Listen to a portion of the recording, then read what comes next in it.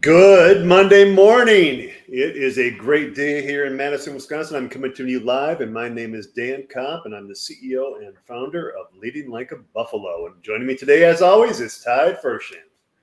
Hello, everyone. I'm Ty Firsching. I am the CEO and founder of Trade Secrets, coming to you live from Uganda.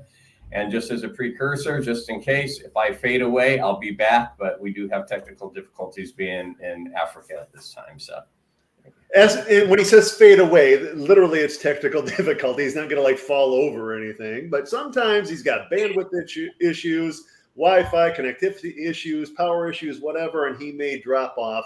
But I'll do my best to continue with the conversation, and I'll get on my soapbox and just talk as if he were here, and hopefully he can join us back. Well, we appreciate you joining us today. And if you are joining us live, feel free to jump in the comments section and ask any or all questions you may have in regard to leadership. And we will do our best to answer them live on the air. And if we can't, we will come back to them next week.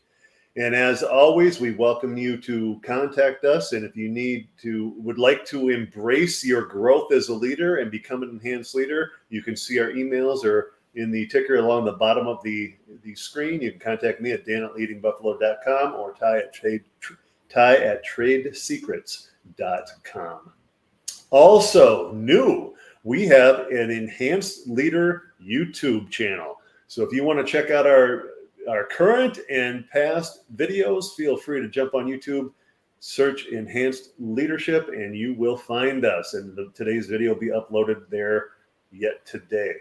So without further ado, Ty, all the way from Uganda, is going to enlighten us about the role of emotional intelligence in leadership. Ty, take it away.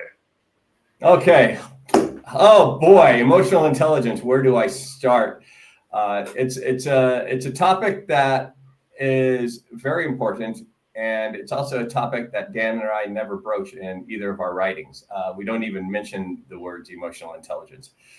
Maybe separately, intelligence, or maybe emotions, but never together. And when we spoke last week, I was talking when Dan was talking about what was the topic last week? Sorry, Dan. Beyond reproach. Yeah, beyond reproach. I said, well, there's a lot of emotional stuff that goes on that may cause you to be not be beyond reproach. And when we got done last week, I go, let's just do emotional intelligence. And we both are like, we know we don't write about it. But the nice thing about emotional intelligence is you don't have to write about it to employ it, because there's some programs that integrate it. It's embedded. It's inherent in the program.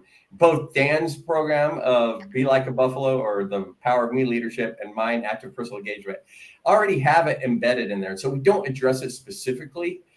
The reason I think emotional intelligence came out in the 80s and it took off in the mid 90s from a paper. I forget who wrote it, but it's really gotten more focus in leadership, especially in a people-centric post-pandemic world.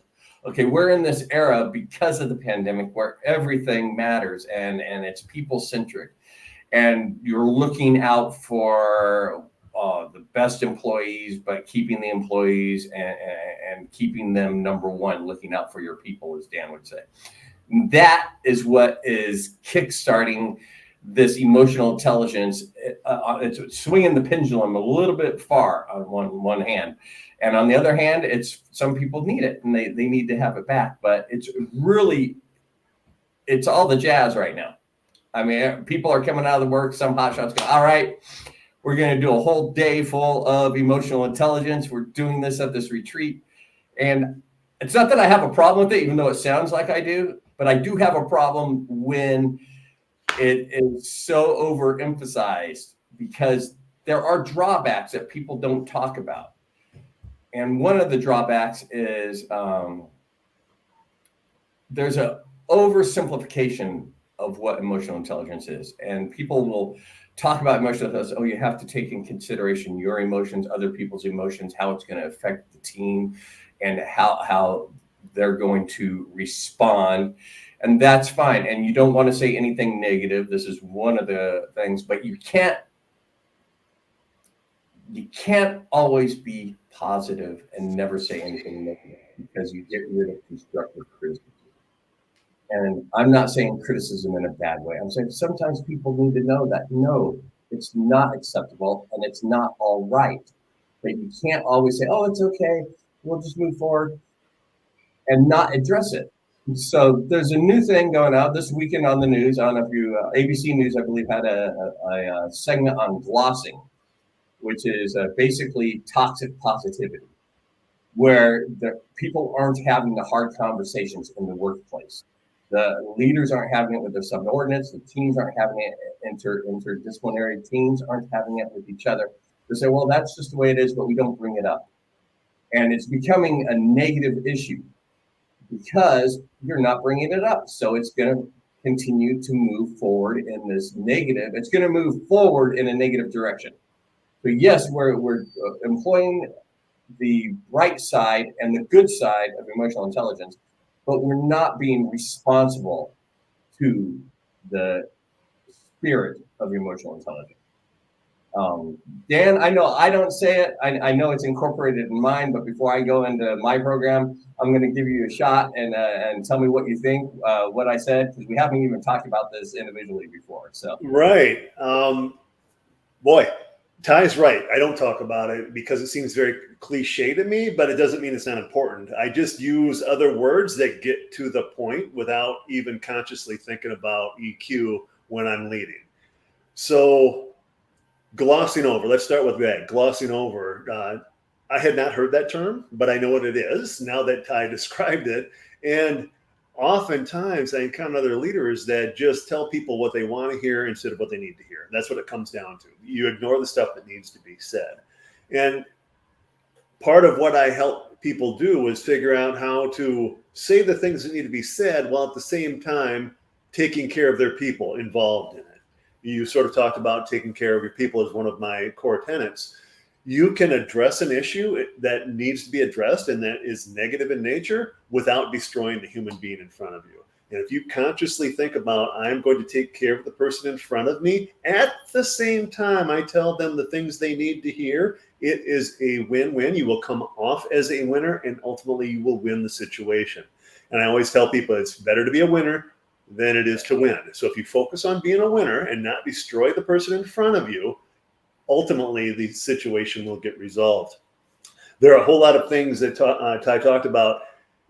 If you're only talking about the positive stuff, and it goes back to other things in my book like integrity and honesty, you're not being honest. You're not being authentic. You're not being honest. There's no integrity there, and it's half of you is right in essence. The other, you're ignoring the other half. And it's a slippery slope to fall into. And again, I don't use the term emotional intelligence because if you watch Ty and me talk long enough, you'll realize I'm more of a gut reaction type guy. Whereas Ty puts a little bit of thought into it, then talks to his gut and then acts. So he's much more cerebral than I. And he sees these connections where I'm just out there doing what my gut tells me is right. So EQ is huge in leadership. I've embraced it throughout my career without consciously actually thinking about it. Yeah, absolutely. And you're spot on. Your example of talking to the employee and telling them what they need to hear, but being conscious, that is emotional intelligence. Right. Okay, that embodies the whole spirit of emotional intelligence. So again, the power of me leadership, or be the buffalo, right? Right. The buffalo tenets, or whatever I want to call it. It embodies it. It's inherent in my program, active personal engagement. It's inherent. One of the big things is personal state, and personal state is defined not only internally but externally. So if you're saying something to someone and you know it's hurting their feelings, if you have a personal state of, oh man, I probably shouldn't have said that, then that's emotional intelligence from within. But if you see it affect somebody else, even though you didn't mean to, that's also the exterior from your perspective of emotional intelligence. And the whole idea is to reconcile that in your dealing with your people or cohorts or colleagues, or even people above you, like that. So we have this whole genre, and Dan and I think I'm going to speak for Dan, but I don't like the buzzwords. I don't like them when they come out. I don't like paradigm shift. I don't like holistic. There's too much going on with that and any direction. So I try to stay away from those buzzwords. I know there's one that you don't use, Dan. I can't remember the name of it. I don't use it, so I don't even know what you're talking about. Yeah, exactly. So when you hear all these different things, we focus on emotional intelligence the entire time. The sign of a good leadership program is when they don't have to address a specific part, even though it's a foundational part of leadership, of good leadership. If they don't have to address it and it's inherent, that's a good leadership program, and that means you're on the right track. Okay, you don't have to consciously go, am I using emotional intelligence as I'm speaking to this person? It should be a more natural, forthcoming persona that you have within your leadership program or your leadership self, I'll call it. Dan? Two things come to mind. You mentioned personal state. Picture that you think your core value is integrity and honesty, yet you're only glossing, like Ty mentioned, where you're only focusing on the positive. How do you internally reconcile the fact that you espouse positivity and I'm honest and I've got integrity, yet you don't tell people the entire truth? That's going to cause some internal conflict as well. That's not going to allow you to sleep at night. You may sleep like a baby. You might be up every hour crying about it. And that's not fun. So it doesn't help your personal state when you aren't true to yourself and true to your organization and true to your people. I also think about the idea of when I talk about the challenge of leadership and you've got to deal with a situation that is somewhat less than positive. Well, it's the who, what, when, where, and how. And I always focus on those last two, the where and the how. Those are maybe the most important things you do in leadership. You've got to address something that isn't going to rise to the level of termination or a managed resignation. Then you've got to figure out where you're going to do it and how you're going to do it, because that's part of EQ. Like, you don't want to say, if Ty and I had an issue with Ty and he worked for me, and I say, Ty, you need to come to my office 2:00 on Friday. Well, what's he thinking from now until 2:00 on Friday? And he's going to come in with his defenses up. But if I casually make a habit of stopping in his area of work and we're talking, I get to know him and we talk about the weekend, and we're not friends because we're just co-workers, but we're professional colleagues, good professional colleagues. It's okay for me to step into his place of employment, whether it's his cubicle, his office, on the floor, whatever, and say, hey, Ty, let's talk about X, Y, and Z and what could have gone differently or better. And there, we've done some corrective action. I didn't gloss over anything. I had integrity. I was authentic. I took care of Ty in it because it was focusing on it. And I didn't call him on the carpet that artificially made his defenses go up. I went to his turf and took care of the issue and focused on the issue without destroying him. And that's what EQ is all about. Despite the fact that I never talk about it, that's exactly what the topic is when I talk about the when and the where. Yeah, absolutely. And you touched on it because it's integrated into all aspects. And you're talking something new. You brought up this segment that you just spoke. You brought up a geographical location and how that is actual emotional intelligence, because you're doing it in a certain geographical location to alleviate the entire defensive mechanism that all people have. There's not a person alive that doesn't have a defensive mechanism. And you're doing it to alleviate it or lessen it, so you can talk in a more natural and non-contradictory or directive way, but still get the point across. That's awesome.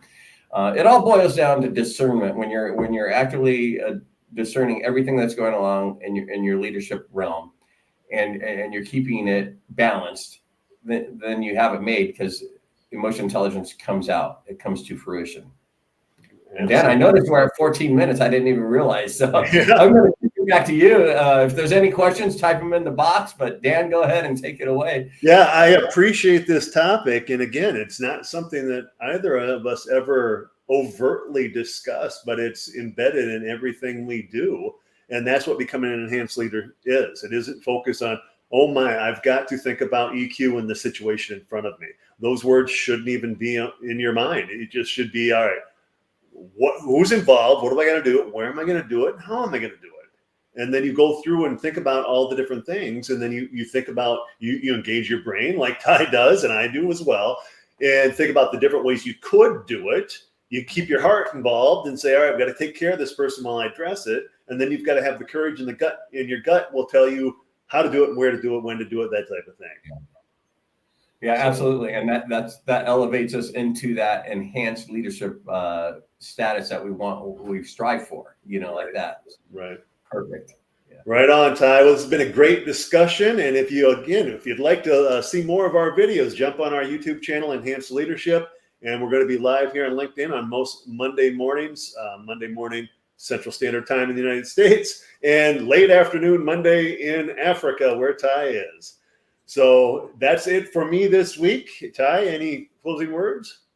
No, I think we covered a lot in a short amount of time. If you're watching these videos and you think we're going too long or going too short or not long enough, let us know, and we can adapt, because that's what leadership is all about, is that adaptability component that we have. So best of luck to you in your endeavors, and give us some feedback when you get a chance. Thank you.